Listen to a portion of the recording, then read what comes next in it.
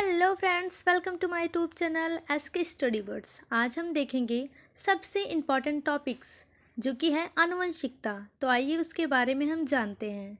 आनुवंशिक लक्षण को एक पीढ़ी से दूसरी पीढ़ी तक पहुंचाना ही आनुवंशिकता कहलाता है। अब हम देखेंगे आनुवंशिक लक्षण होता क्या है। वे लक्षण जो पीढ़ी दर पीढ़ी माता पिता से संतान में पहुंचते हैं या फिर ट्रांसफर होते हैं उन्हें आनुवंशिक लक्षण कहते हैं।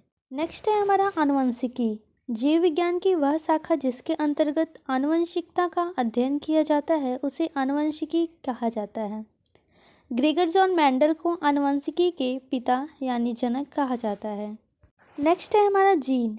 जीन आनुवंशिकता की एक इकाई होती है जो आनुवंशिक लक्षण को एक पीढ़ी से दूसरी पीढ़ी तक ले जाती है। जीन शब्द का प्रयोग सर्वप्रथम जोहानसन नामक वैज्ञानिक ने किया था। नेक्स्ट है हमारा प्रभावी लक्षण। जब विपरीत लक्षणों वाले पौधों के बीच संकरण करा जाता है तो प्रथम पीढ़ी में दिखाई देने वाले लक्षण को प्रभावी लक्षण कहते हैं। उदाहरण जैसे कि मटर के दो पौधे हैं, एक लंबे पौधे और एक बौने पौधे, दोनों के बीच संकरण करा जाता है। जो लक्षण प्रकट होते हैं उसे प्रभावी लक्षण और जो लक्षण छिप जाते हैं उसे अप्रभावी लक्षण कहते हैं। नेक्स्ट है हमारा अप्रभावी लक्षण। जब विपरीत लक्षणों वाले पौधों के बीच संकरण कराया जाता है तो प्रथम पीढ़ी में जो लक्षण नहीं दिखाई देते हैं उसे अप्रभावी लक्षण कहते हैं।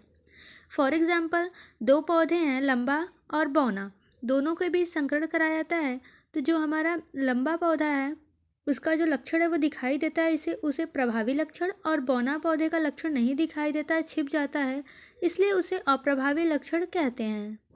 नेक्स्ट है हमारा मेंडल ने मटर के पौधों को ही क्यों चुना। तो आइए देखते हैं। मटर के पौधे का लक्षण स्पष्ट रूप से दिखाई देता था।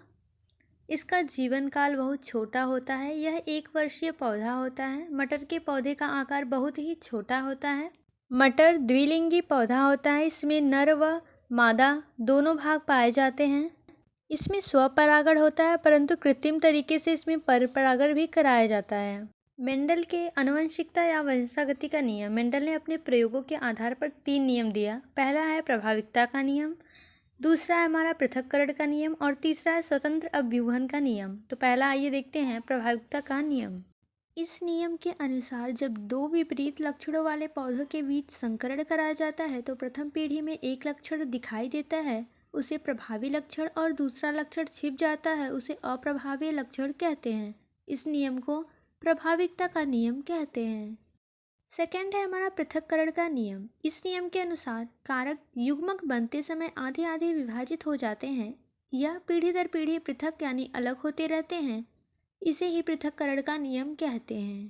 थर्ड है हमारा स्वतंत्र अपव्यूहन का नियम। जब 2 या 2 से अधिक विपरीत लक्षणों को एक साथ लेकर संकरण कराया जाता है तो 2 लक्षण के जीन युग्मकों से अलग हो जाते हैं और स्वतंत्र रूप से अपना लक्षण प्रदर्शित करते हैं, इसे स्वतंत्र अपव्यूहन का नियम कहते हैं।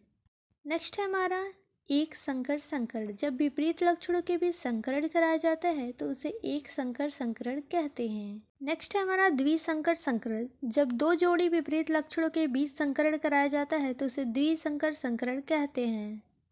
अब नेक्स्ट है हमारा समयुग्मजी और विषमयुग्मजी। तो पहला देखते हैं हम समयुग्मजी।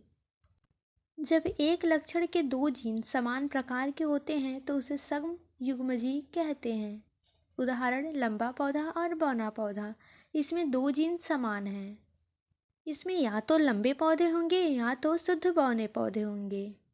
अब हम देखते हैं विषमयुग्मजी। जब एक ही लक्षण के 2 जीन असमान प्रकार के होते हैं तो उसे विषमयुग्मजी कहते हैं। फॉर एग्जाम्पल, संकर लंबा पौधा, इसमें और बौना पौधा भी होगा और लंबा पौधा भी होगा, इसमें 2 जीन असमान होते हैं। अब हम देखेंगे मानव में लिंग निर्धारण। यह एक ऐसी प्रक्रिया है जिसमें यह पता चलता है कि आने वाला नया प्राणी नर होगा या मादा। मानव में कुल 46 गुणसूत्र होते हैं। इसमें 22 जोड़ी गुणसूत्र एक समान होते हैं जिसे ऑटोसोम कहते हैं और एक जोड़ी गुणसूत्र को लिंग गुणसूत्र कहते हैं। नर में XY गुणसूत्र और मादा में XX गुणसूत्र पाया जाता है।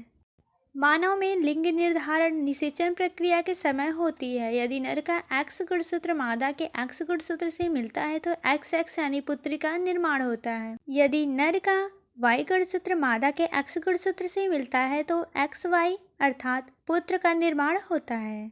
नेक्स्ट है हमारा लिंग संलग्न रोग या लक्षण। मनुष्य में 23 जोड़ी गुणसूत्र होता है। 22 जोड़ी गुणसूत्र समान होते हैं जिसे ऑटोसोम कहते हैं और 23वें जोड़ी गुणसूत्र को लिंग गुणसूत्र कहते हैं।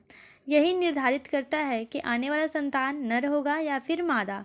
नर में लिंग गुणसूत्र को XY गुणसूत्र और मादा में लिंग गुणसूत्र को XX गुणसूत्र कहते हैं। लिंग गुणसूत्र पर स्थित लक्षणों को लिंग संलग्न लक्षण कहते हैं तथा इन लक्षणों की वंशागति को लिंग संलग्न वंशागति कहते हैं। नेक्स्ट है हमारा लिंग संलग्न रोग। इसमें 2 रोगों के बारे में हम इम्पोर्टेंस पढ़ेंगे जो कि वेरी इंपॉर्टेंट है फॉर एग्जाम। तो आइए स्टार्ट करते हैं। फर्स्ट है हमारा वर्णांधता। यह मनुष्य में पाई जाने वाली बीमारी है। इसमें मनुष्य लाल हरा रंग का पहचान नहीं कर पाता है। इसमें मनुष्य को लाल रंग और हरा रंग या तो लाल ही दिखाई देता है या तो हरा ही दिखाई देता है। इसे प्रोटॉन दोष या लाल हरा अंधापन भी कहते हैं। सेकेंड है हमारा हीमोफीलिया। यह एक खतरनाक रोग है। इस रोग में मनुष्य को चोट लगने पर रुधिर का थक्का नहीं जमता है। रुधिर लगातार शरीर से बाहर निकलता रहता है जिससे मनुष्य की मृत्यु भी हो सकती है।